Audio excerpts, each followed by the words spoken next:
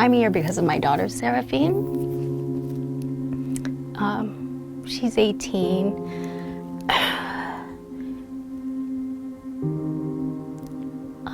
She was diagnosed with autism at the age of 2. Just thinking about the joy we had, knowing that we were going to become parents, and all that anticipation and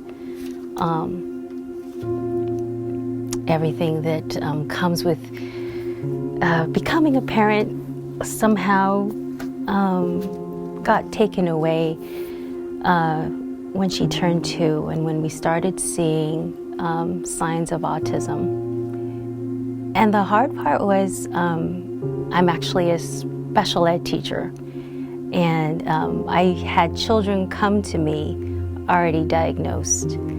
But when it's your own child, there's things that you don't want to see.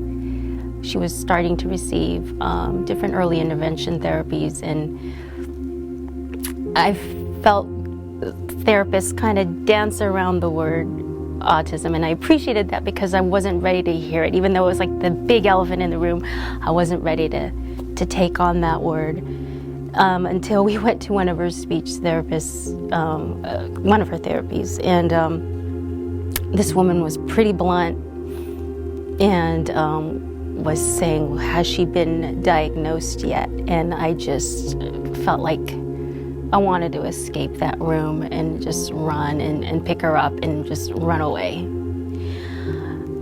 Came home that afternoon and just cried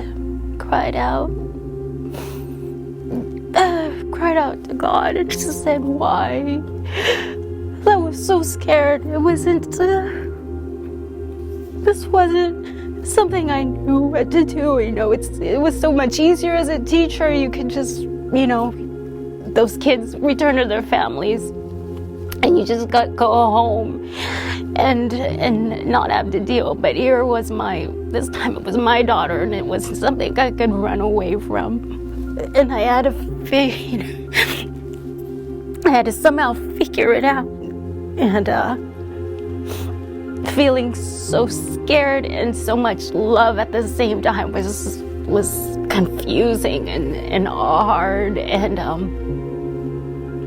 I'm just so grateful that I had my faith. My faith was what was so crucial. If I didn't have my faith in God, I don't think we could have made it. And when I had to kind of discuss what happened at the therapy session and pretty much tell my husband that this therapist thinks she has autism, he was devastated. And my husband's not one to really cry, but I'll never forget the wail and the night we were just holding her. The three of us were just holding her so tightly, and I remember saying, no matter what, we love her. We love her, no matter what. As we went through the different roller coaster of emotions, when you have a diagnosis, I kind of put a wager out on God, and I said, okay, Lord, if this is what you are allowing me to experience, then you need to be there for me, because I cannot do this alone. And we were dealing with the diagnosis of autism early on, and had to navigate through the different therapies offered through the school districts and through insurances. And there were so many, and having my experience as a special educator, I knew how much would be granted and how much had to be fought for.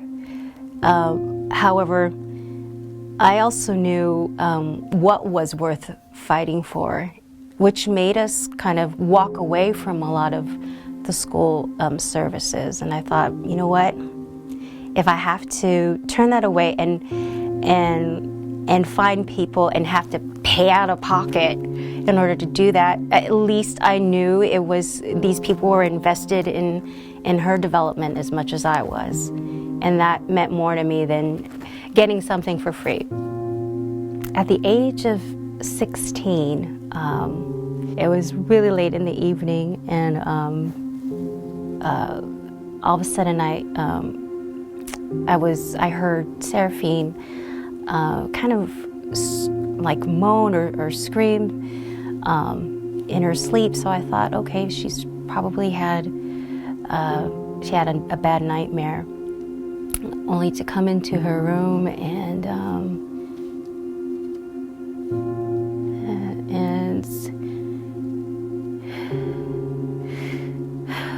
yeah, seeing her have a full-on grand mal seizure.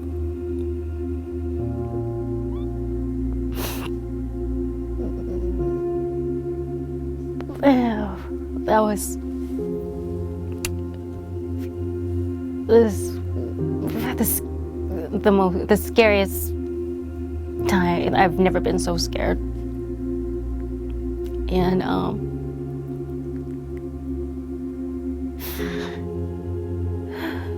I remember screaming her name and holding her and feeling her convulse. And all of a sudden, having her body go limp. And I thought at that moment that I lost her.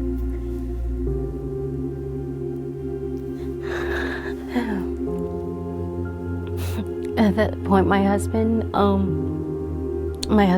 heard, and he came out, and he was frantic and screaming with us, and managed to call 911, and an ambulance came, and it was such a blow, just dealing with all the things of life that you deal with just an autism diagnosis, and then to have this let me just add one more thing to your plate. And went to a children's hospital, neurologist, and a great doctor, but first thing, without running any tests or anything, he just wanted to push the pharmaceutical. And at that point, I was just I just had such a distrust, or I was very cautious with just doctors in general, Western meds at least, just from all of the experiences. And I didn't want to just go straight into giving her any type of meds, especially meds that could have that could hurt her in the long run, with whether side effects or just long-term issues that she might have. It's been 2 years since she started having seizures. Her seizures, they continue to happen, and I just, you feel powerless, thinking, as a mom, you're supposed to be the one fixing things. You're supposed to be the one who could solve these issues for your children. And when each seizure would happen, I would feel like a failure. Somehow through, again, the Facebook group that I belong to, I managed to see one of Dr. Tony's lives, and he was speaking about a girl that was the same age as my daughter, all of a sudden having seizures, and the success that they were having for her. And I just thought, okay, you grab any light that you can, and you're always cautious because you think, is this going to work? Am I getting my hopes too high? But you know, when you're in, you're in, and it's like you go in and you know, go all in, or you go home. And there was nothing. It felt like there was really nothing to lose by trying one more thing. So even within the, you know, it's not even been a full 2 weeks of the intensive. Some of the things that we've noticed. One of the things that Seraphine deals with, aside, you know, that goes alongside with her autism is anxiety, and unfortunately, one of her habits has been pulling her hair. She will pull bits of hair when she's feeling anxious.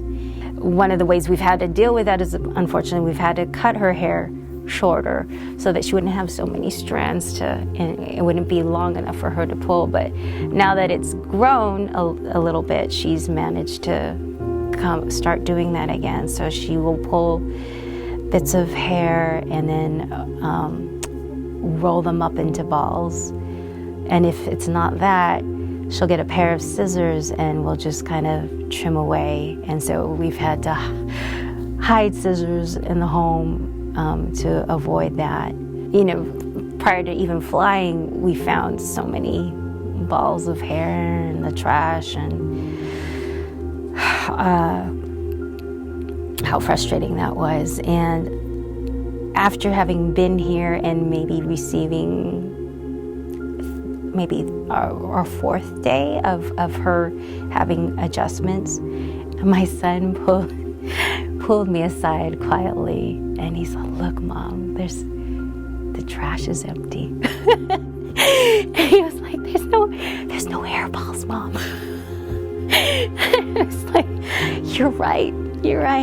You walk through those doors and you're welcomed, and it's, you know, it's such a relief as parents to come to that, knowing that you are walking into some place where every single person there is ready to listen to you. You know, you search so hard, far and wide, for help for your children, and when you come through those doors, you feel like, you know, you can finally take a load off, take some of the stress and those invisible backpacks that you've carried on for all these, you know, these years, and just say, you know what, I can rest a little bit and know that I'm going to be in good care. We're going to be okay. And, you know, we are going to find answers. You know, the last 2 years has been just, Lord, help.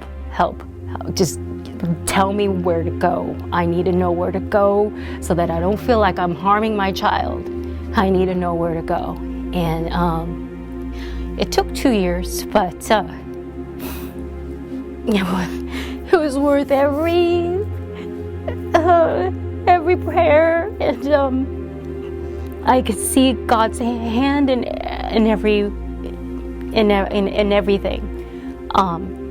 And it may have seemed like it took so long, but I just, you know, with my faith and how long He's has walked alongside of us, I know His timing is perfect, and this is where we need to be, not just for Seraphine, but for us as her family. My name is Vivian Modena, and we will make it through this storm.